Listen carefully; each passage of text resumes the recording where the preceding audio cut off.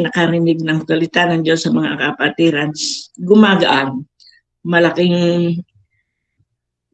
Malaking puntos na ikaw ay kasama sa ganitong gawain at naiibsan ang sakit ng iyong dibdib. Hanggang ngayon po ay talagang ako'y hirap na hirap noon pong mangyari yun. Talagang ako hindi nalabas ng kwarto. Gusto ko lang ay nandoon. Mabuti na lamang po nga ang mga materials ko ng pag-aaral ay nandoon. Yun na lang po ang binubuksan ko. At nakakatulugan ko na po ulit ang pagbabasa noon.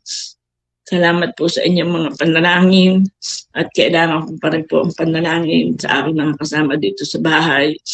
Even nga, Kristiyano na, ay napakahirap. Napakahirap lalo sa puso ng isang ina mawala ng isang mahal sa buhay. Yun lang po, maraming pong salamat sa inyong mga tulong at sa inyong mga panalangin. Maraming salamat, Sister Mercy. At talagang yan ang isang pinakamasakit na pangyayari talaga sa ating buhay. Yun na nga yung talagang palagay ko ay hindi maaalis sa atin na minsan-minsan kahit nga ako yung minsan sa pag-iisa ko, naiisip ko pa rin yun at during that time talagang naiiyak ako. Talagang mahirap talaga kahit tumagal ay nandyan din si inay, nawalan din siya ng anak. At totoong-totoo, yung 1 Corinthians 10:13, laging paalaala sa atin. Kahapon din lamang nung sabihin nga ni na Sister Fe at Sister Betty yung kalagayan ni Brother Ryan, chinat ko din siya at ramdam ko din yun namang panghihinayang. Yung panghihinayang naman yung kalungkutan din ng isang anak na mawala naman ng isang ina. So talaga yung kawalan ng mahal natin sa buhay, andyan din Sister Mercy 1, no? Na talagang kita natin yung pagsasuffer niya.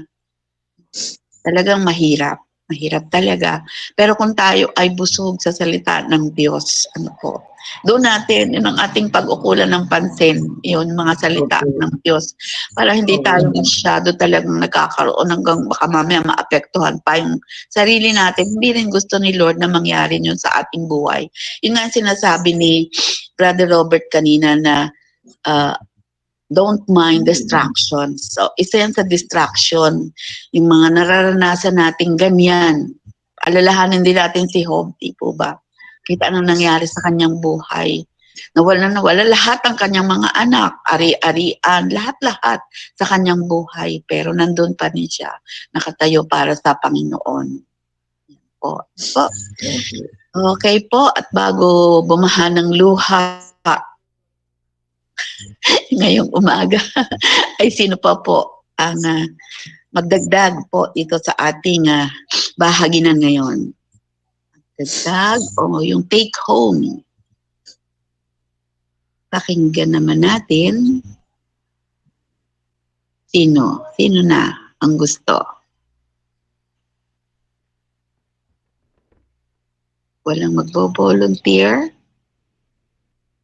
So pakinggan natin si Sister Irma.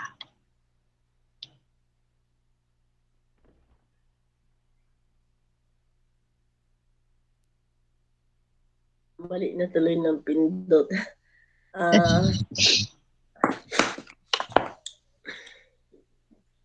Ito po sa akin, ang lilima sa akin itong sinabi ni Jesus sa kanyang mga alagad, sino mang nagnanais sumunod sa akin ay kailangan itakwil ang kanyang sarili. O tama naman po, di ba? Kung tayo gusto sumunod sa Diyos at tayo talaga ay, hindi, tayo naman talaga ay nagnanais sumunod sa Diyos. Siyempre, itatakwil natin, pagkaunawa ko po, itakwil ang ating sarili. Iwanan natin yung mga luma nating mga ugali, mga lumang pinagisnan, dala ng tradisyon, ng nagdaang mga panahon, yung mga tradisyon natin na hindi naman dapat sa Diyos. Kaya sabi nga po, hindi po. Yung itakwil ang kanyang sarili. Yan na nga po yung pagkaintindi ko dito. Itakwil yung sarili. ang pagkaintindi ko po talaga, itakwil yung ating mga sarili na halimbawa tayo ay may masamang bisyo, may masamang pag-uugali, kasama na. Pag-uugali, may masamang pagtrato sa ibang tao.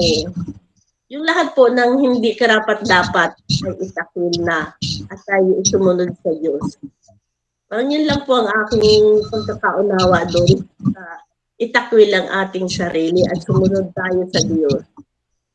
Yun lang po. Po, maraming salamat, Sister Irma. At sino pa po? Tingnan naman natin ang masasabi ni Sister Medi 2.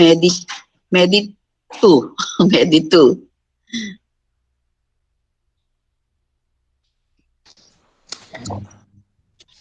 Yun nga po. Yung sabi nga, kasi nga po ay maraming nga talaga tulad ng patok to. Kasi talagang sa buhay natin, talagang ating pagtatanggapin natin yung patok to, talagang hindi natin lalabas. Ay wala eh. Kasi talagang dapat ang sundin lang natin ng ating Panginoon. Yun nga po yung inaano ko na lagi tayong tumutok sa Diyos. Lagi natin yung mga kanyang utos, yung lahat ng kanyang utos, kinakailangan talaga sundin natin. Tapos manalig tayo sa kanyang mga pangako. Dahil kung ano man po mangyari sa atin, basta tayo nananalig sa ating Panginoon. At yung tayo naniniwala na sa ang kanyang mga pangako ay bibigay niya talaga. Lahat yun pagkakaloob niya eh. Kaya sabi ko nga po ay mahirap po yung mga tulad nga yung mga distraction sa atin na kalimitan nga po ay talagang paggising mo lang sa umaga ay parang yun na ang agad ay pag hindi mo nilabanan talaga wala eh. Yung tulad nga po yung mga pagka ikaw ay bumangon sa umaga. Pag alam mong alanganin na ay bumangon ka na talaga maka-attend ng morning devo. Kasi nga po minsan ay pag yung maagang-maaga yung gising mo, siyempre pag minsan ay mamaya kasi sobrang aga. Parang hihiga ka ulit. Mamaya pala na, hindi ba narinig yung alarm? Parang yung nangyari po sa akin kahapon kasi sobrang napaaga yung, kasi no ako'y makatulog, mag-12 na kasi nga pinag-aaralan ko yung aking binasa ng binasa yung pagkakapag-turnover. Hindi talagang ako'y ano, kasi sabi ko parang hindi magkaigi, pinag-aralan ko mabuti. Parang 2 oras lang yung naidlip ko, nagising na ulit ako. So, sobra pa namang aga kasi mag-12, mag-aalas 2 pala, alas 2 pa lang ng madaling araw, nagising ako, akala ko umaga na. So, paano sobra naman, baka sumakit na masyado ang ulo ko.